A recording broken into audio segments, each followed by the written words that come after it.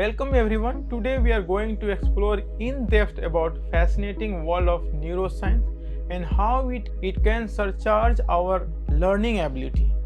So let's explore how to learn a skill faster from a neuroscience perspective. Let's start with the understanding why neuroscience is so crucial. First, let's start by understanding why neuroscience is so crucial when it comes to learning. Our brain are very complex organs, constantly adapting and rewiring themselves based on neuroplasticity. This is the heart of the learning and skill development. By understanding how our brain works, we can optimize our learning plan and accelerate our progress in any area we choose to focus on. One of the most powerful techniques backed by the neuroscience is called interleaving. Now you might be wondering, what on the earth is interleaving? Well, let me break it down for you. Interleaving is the practice of the mixing of different but related skills or topics during your learning session rather than focusing on one thing at a time. It's like an ingredient to create a more potent and effective concoction. Here is why interleaving works so well. When you switch between the different skills or topics, your brain is focused on constantly adapt and differentiate between tasks. This constant switching strengthens the neuronal connection associated with each skill and help us understand the material at deeper level. It is similar to how cross training in the sport can make you a more well-rounded athlete. By practicing different but related skills in succession, you are giving your brain a more comprehensive workout. For example, if you are learning to play the guitar, instead of spending an hour practicing chord, then 1 hour on a scale and another hour on the strumming pattern, you could fix it up. Spend 20 minutes on the chord, switch to a scale for 20 minutes and then move to a strumming pattern and cycle through this skill a few times. This approach challenges your brain to make connection between the different aspects of guitar playing, leading to a more holistic understanding of the instrument. Now let's talk about the another game-changing strategy, spaced repetition, also known as distributed practice. This technique involves the spreading out your learning session over time rather than forcing everything into one long session. It might seem counterintuitive at first. After all, should not more practice in one go ahead to faster learning? But neuroscience tells us otherwise. When you space out your learning, you are actually forcing your brain to work harder to retrieve the information each time you come back to it. This effort strengthens the neural pathway associated with that information, making it easier to recall in future. It's like exercising a muscle. You don't build strength by doing one massive workout. You do it through consistent spaced out training session. Here is the practical way to implement a spaced repetition. Let's say you are learning a new language. Instead of study for 3 hours straight on Monday, try studying for 1 hour on Monday and 1 hour on Wednesday and 1 hour on Friday. This approach gives your brain time to consolidate the information between sessions, leading to better long-term retention. Now let's deep dive into the something we all love but often neglect when it comes to the learning: sleep. Sleep is a crucial component of the effective learning, and neuroscience backs this up big time. When we sleep, our brain goes through a process called memory consolidation. This is when the information we have learned during the day is transferred from the short-term memory to long-term memory. So studies have shown that the sleeping after a learning session can significantly improve memory retention. Even more fascinating is the fact that sleeping between two learning sessions can boost your ability to absorb and understand new information. It's like your brain uses the sleep time to organize and file away from information you have learned, making room for new learning. So here is a pro tip. If you are tackling a challenging new skill or subject, try studying it before bed. Then review the material again the next morning. You might be surprised at how much clearer things seem after a good night's sleep. And don't feel guilty about the taking power naps during the day. A short 20 to 30 minute nap can refresh your brain and boost your learning capacity. Now let's get physical. Exercise is not just good for your body, it's also a powerful tool for enhancing your brain learning capability. When you engage in moderate to intense physical activity, you increase the blood flow to your brain, which bring it a surge of oxygen and nutrients. And this boost in circulation can enhance memory formation and cognitive function.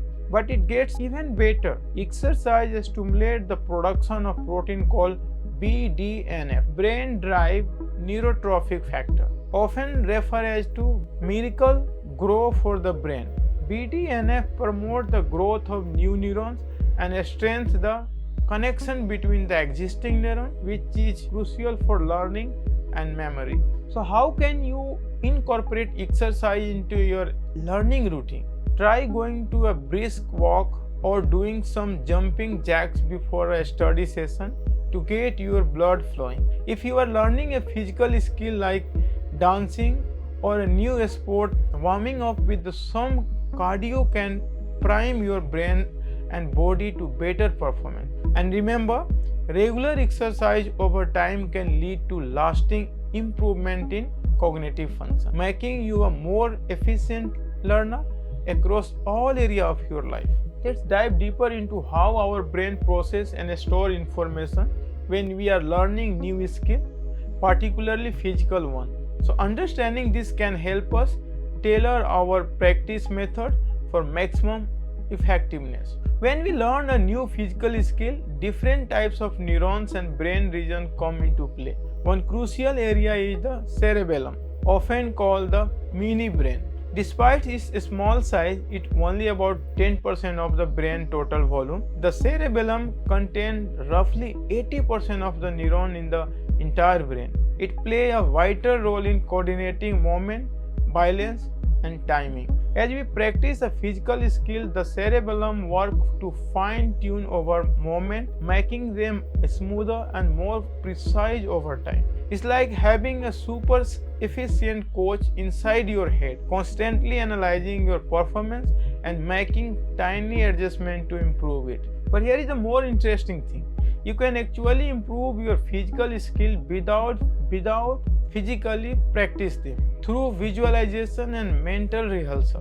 When you vividly imagine yourself performing a skill, you activate many of the same neuronal pathways that fire when you are actually doing the task. This mental practice can strengthen the neural connection associated with the skill, leading to improved performance when you do it for a real. So professional athletes have been using visualization technique for years to enhance their performance. For example, a basketball player might visualize themselves making the perfect free throw. You can apply this same principle to any skill you are learning, whether it's playing an instrument, speaking a new language, or mastering a complex work-related task. To make your visualization practice most effective, try to engage all your senses. If you are visualizing playing the piano, for example, imagine not just the sight of your finger on the keys, but also the sound of the music. The more vivid and multisensory your visualization, the more powerful its effect on your brain. Now let's explore another fascinating aspect of how our brain learn new things: the dual pathway model of skill acquisition. Neuroscientists have identified two primary pathways in the brain for learning new skills: the slow learning parietal pathway and the fast learning hippocampal pathway. The slow learning parietal pathway is great for the routine, repetitive tasks. It's the pathway that allows us to perform well-practiced skill almost automatically, without much conscious thought. Think about how you can drive a familiar route while carrying on the conversation or thinking about something else entirely. That's the slow learning pathway in the action. On the other hand, the fast learning hippocampus pathway excels the processing new information quickly. It's what allows us to remember a new equipment or name the pilot of a movie we just watched. This pathway is crucial for the rapid learning and flexible behavior in new situations. Understanding this pathway can help us tailor our learning strategy for skills that require automatically and consistency, like typing or playing a scale on the instrument. Focusing on the repetitive practice can strengthen the slow learning pathway. For skills that require quiet adaptation and the flexibility, like improving in the music or problem solving in a new work environment, we can leverage the fast learning pathway by exposing ourselves to varied scenario and practice quick decision making. Now let's talk about another powerful learning technique, the generation effect. This principle states that we remember information better when we generate it ourselves rather than simply reading or hearing. In other words, active recall is more effective than passive review. You can leverage the generation effect in your learning by regularly testing yourself on the material you are studying. Instead of just rereading your notes, try to explain the concept out loud as if you are teaching someone else. Create your own practice problem or write summary of what you have learned without referring to your source material. This active recall strategy forces your brain to retrieve and reorganize information, strengthening your understanding and memory. Another fascinating area of neuroscience that relates to learning is concept of neurogenesis, the creation of new neurons in the brain. For a long time, scientists believed that we were born with all the neurons we should ever have. It was all downhill from there. But research in recent decades has shown that the adult brain can indeed generate new neurons, particularly in hippocampus, a region crucial for learning and memory. While the rate of neurogenesis slow as we age or as we got older, there are ways to promote it. Regular aerobic exercise, as we discussed earlier, is one of the most effective ways to boost neurogenesis. And healthy diet rich in omega-3 fatty acid, antioxidant and flavonoid can also support the creation of new neurons. And engaging in the novel, challenging activity like learning a new skill can help integrate these new neurons into existing neuron circuit, enhancing your overall cognitive function. Now let's explore the role of emotion in learning. The amygdala, often called the brain emotional center, play a crucial role in memory formation. When we experience a strong emotion while learning something, the amygdala essentially tags that information as important, making it easier to remember later. That's why we often have a vivid memory of highly emotional events, both positive and negative. We can use this to your advantage in learning by trying to generate positive emotion around your study session. Create a pleasant learning environment, celebrate your progress, and try to find genuine interest and excitement in what you are learning. This more positive emotion you associate with your learning process. The more positive emotion you associated with your learning process, the more your brain will prioritize that information. Let's not forget about the importance of context in learning. Our brains are highly attuned to environmental cues, and we often unconsciously associate what we are learning with where we are learning it. That's why studying in the same environment where you will be tested can improve your performance, and phenomenon known as context dependent memory. But here is a twist. While consistency can be helpful. Varying your study environment can actually lead to more robust learning. When you study the same material in different contexts, you are creating a multiple neuronal pathways to that information, making it easier to recall regardless of where you are.